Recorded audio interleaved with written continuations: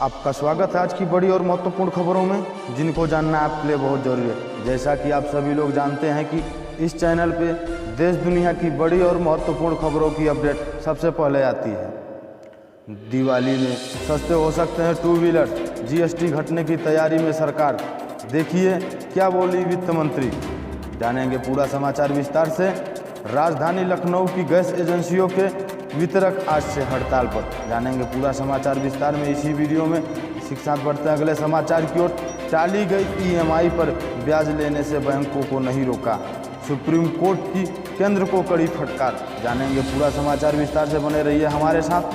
Pakistani hackers की करतूत, केंद्रीय गृह मंत्री जी किशन रेड्डी की पर्सनल वेबसाइट हैक की। जानेंगे पूरा समाचार विस्तार से, हमारे साथ बने रहिए इसी वीडियो में। योगी सरकार ने गोहत्या के खिलाफ पास किया बेहद कड़ा कानून, जानिए पूरी डिटेल इसी वीडियो में। पेट्रोल की कीमतों में तेजी थमी, जाने अपने शहर की रेट। इसी के साथ चलते हैं पहले समाचार की ओर। दिवाली में सस्ते हो सकते हैं टू व्हीलर, जीएसटी घटने की तैयारी में सरकार। देखिए क्या बोली वित्त मंत्री। टू व्हीलर आम आदमी की सवारी है, लेकिन क्या आपको पता है कि इस पर जीएसटी की वसूली लग्जरी गाड़ियों के हिसाब से होती है।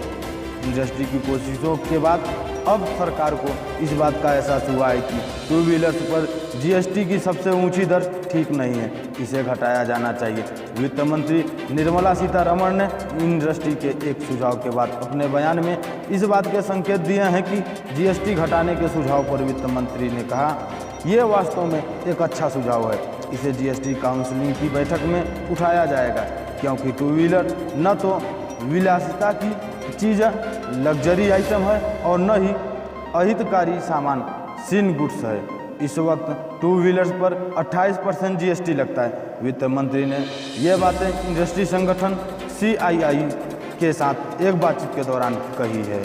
आगे बढ़ते हैं अगले समाचार की ओर। राजधानी की गैस एजेंसियों के वितरक आज से हड़ताल पर।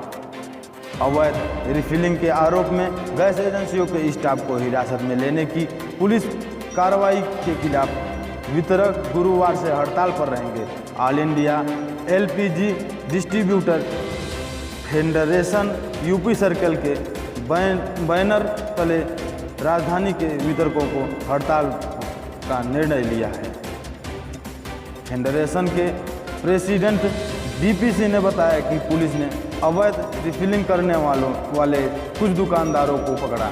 राजधानी के अधिकतर गैस एजेंसियों के स्टाफ को गोमती नगर के विभूति खंड थाने में 36 घंटे तक हिरासत में रखा।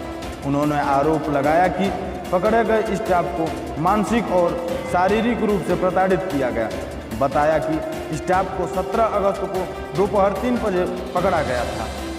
बुधवार शाम 3 बजे ज़्यादातर स्टाफ और डिलीवरी मैन को गाड़ी के साथ थाने से छोड़ा गया। उन्होंने बताया कि इस स्थिति में गैस एजेंसी के स्टाफ और डिलीवरी मैन काम करने के लिए तैयार नहीं हैं। तीनों तेल कंपनियों के 100 से अधिक वितरक भयभीत हैं। जिला अध्यक्ष अजय वाजपेयी ने बताया कि सभी स्टाफ और डिलीवरी मैन ने कोरोना योद्धाओं की तरह रेड जोन में गैस सिलेंडर की आपूर्ति की। कई क्षेत्रों में उपभोक्ताओं ने उन्हें सम्मानित भी किया, लेकिन पुलिस की कार्रवाई से दुखी हैं। बढ़ते हैं अगले समाचार की ओर। टाली गई EMI पर ब्याज लेने से बैंकों को नहीं रोका, सुप्रीम कोर्ट को की केंद्र को कड़ी फटकार। सुप्रीम कोर्ट ने कहा कि सरकार को हमें आपदा प्रबंधन अधिनियम पर अपना रुख बताना होगा और यह भी बताना होगा कि क्या ब्याज पर ब्याज का हिसाब किया जाएगा। बेंच के दूसरे जज जस्टिस MR शाह ने कहा कि यह केवल व्यवसाय के बारे में सोचने का समय नहीं है। सुप्रीम कोर्ट ने EMI के बाद में चुकाने की सहूलियत देकर ब्याज वसूलने की नीयत पर सरकार को जमकर फटकार लगाई है। देश की सर्वोच्च अदालत ने कहा कि सरकार reserve bank of India RBI की आड़ लेकर अपनी जिम्मेदारियों से नहीं बच सकता है। कोर्ट ने सरकार से कहा, आप अपना पूरा ध्यान सिर्फ कारोबार पर नहीं रख सकते, आपको लोगों के दुखों का भी ख्याल रखना होगा। RBI पर नहीं छोड़ा जा सकता है इतना गंभीर फैसला। सुप्रीम कोर्ट ने आगे कहा कि सरकार को आपदा प्रबंधन कानून के तहत वह अधिकार प्राप्त है जिसका इस्तेमाल कर वह लोगों को टाली हुई लोन EMI पर ब्याज माफ कर सकता है। लॉकडाउन के कारण उपजे भयावह हालात में ब्याज वसूलने या नहीं वसूलने का फैसला RBI पर नहीं छोड़ा जा सकता है। मामले की अगली सुनवाई 1 सितंबर को होगी। बैंकों ने दी EMI चुकाने से राहत। ध्यान रहे कि रिजर्व बैंक ने लॉकडाउन के कारण रोजगार छीनने से लोन वालों को राहत देने के मकसद से EMI वसूलने में नरमी दिखाई है। रिजर्व बैंक ने सभी बैंकों से कहा कि वो अपने ग्राहकों को 31 अगस्त तक EMI नहीं भरने का ऑफर दे।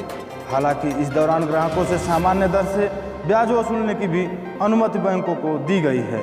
याचिका की मांग माफ हो ब्याज।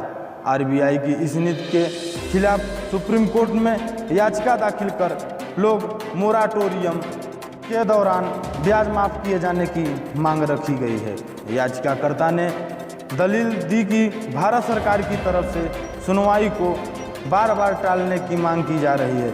अभी तक कोई हलफनामा नहीं दाखिल किया गया है। ना तो SBI ना ही RBI ने कुछ कहा है। RBI के फैसले की आड़ न ले केंद्र। कोर्ट ने इस याचिका पर सुनवाई के दौरान सरकार से कहा, ऐसा लगता है कि केंद्र सरकार इस मुद्दे पर RBI के फैसले की आड़ ले रही है, जबकि आपके पास आपदा प्रबंधन कानून के तहत यह निर्णय लेने की पर्याप्त शक्तियां हैं। डेफर्ड EMI पर मोटोटोरियम पीरियड में जमा हुए ब्याज पर ब्याज वसूलने से रोका जाए। केंद्र ने कहा RBI के साथ कर रहे हैं काम। सॉलिसिटर जनरल तुषार मेहता ने सुप्रीम कोर्ट से कहा कि केंद्र सरकार लोन लेने वालों को मुश्किलों से राहत देने की दिशा में RBI के साथ मिलकर काम कर रही है। उन्होंने कहा कि केंद्र सरकार का नज़रिया RBI से अलग नहीं हो सकता है। सुप्रीम कोर्ट ने इस मामले में केंद्र सरकार से 1 सप्ताह में एफिडेविट फाइल करने का आदेश दिया और कहा कि केंद्र शपथ पत्र में लोन मोरेटोरियम के मसले पर अपना स्टैंड क्लीन करें। साथ बढ़ते हैं अगले समाचार की ओर। पाकिस्तानी हैकर की करतूत। केंद्रीय गृह राज्य मंत्री जी किशन रेड्डी की पर्सनल वेबसाइट हैक की। फ्री कश्मीर और पाकिस्तान से जुड़े मैसेज लिखे। गृह राज्य मंत्री जी किशन रेड्डी की पर्सनल वेबसाइट को पाकिस्तानी हैकर्स ने निशाना बनाया। खुद के पाकिस्तानी होने का दावा करते हुए हैकर्स ने वेबसाइट पर फ्री कश्मीर पाकिस्तान से जुड़े मैसेज लिखने के अलावा भारत सरकार को चेतावनी भी दी। वेबसाइट 15 अगस्त को हैक हुई थी। घटना की पुष्टि हैदराबाद में जी किशन रेड्डी के ऑफिस ने मंगलवार को की। वेबसाइट के हैक होने के बाद से ही वेबसाइट अभी ओपन नहीं हो रही है। इसे अभी भी सार्वजनिक नहीं किया गया है क्योंकि मामले की जड़ तक पहुंचने का प्रयास अब भी जारी है। कोई नुकसान नहीं हुआ। घटना से जुड़े अधिकारियों के हवालों से न्यूज़ एजेंसी ने बताया कि पाकिस्तानी हैकर्स ने पर्सनल वेबसाइट को निशाना बनाया था, इसलिए उम्मीद की जा रही है कि उनका मकसद सिर्फ लोगों तक संदेश पहुंचाना था। किसी महत्वपूर्ण डाटा, व्यक्तिगत रूप से पहचान योग्य जानकारी या किसी भी तरह के पर्सनल डाटा को कोई भी नुकसान नहीं पहुंचा है। वेबसाइट पर कोई सरकारी डाटा नहीं था। अधिकारियों ने दावा किया कि वेबसाइट पर सरकार से संबंधित कोई भी डाटा नहीं था। इस पर जो भी डाटा था वह मंत्री की व्यक्तिगत जानकारी, उनकी सार्वजनिक गतिविधियां और राजनीतिक कार्यक्रमों से संबंधित था। वेबसाइट पर जी किशन रेड्डी का काम, उनकी प्रोफाइल और पर्सनल डिटेल थी जो कि पहले से ही सार्वजनिक है। इसी के साथ बढ़ते हैं अगले समाचार की ओर। योगी सरकार ने गौ हत्या के खिलाफ पास किए बेहद कड़ा कानून। जानिए पूरी डिटेल। यूपी सरकार के संसदीय कार्य मंत्री सुरेश खन्ना ने बताया कि योगी सरकार ने गोवंश निवारण संशोधन विधेयक 2020 पास किया है। इस कानून में यूपी में गौ हत्या के खिलाफ कानून और सख्त हो गया है। योगी सरकार ने गौ हत्या के खिलाफ नया और बेहद कड़ा कानून पास किया है। अब जो लोग भी गौ हत्या के आरोप में पकड़े जाएंगे वे 3 से 10 साल तक के लिए जेल भी जाएंगे। गौ हत्यारों की संपत्ति भी जब्त होगी और दंगाइयों की तरह उनकी पहचान के पोस्टर भी लगेंगे। इस संबंध में यूपी सरकार के संसदीय कार्य मंत्री सुरेश खन्ना ने बताया कि योगी सरकार ने गोवंश निवारण संशोधन विधेयक 2020 पास किए हैं। इस कानून से यूपी में गो हत्या के खिलाफ कानून और सख्त हो गया है। यूपी में अब गोसकी का अपराध गैर जमानती होगा। नए कानून में गो हत्या पर 3 से 10 साल की जेल और 5 लाख जुर्माने का प्रावधान है।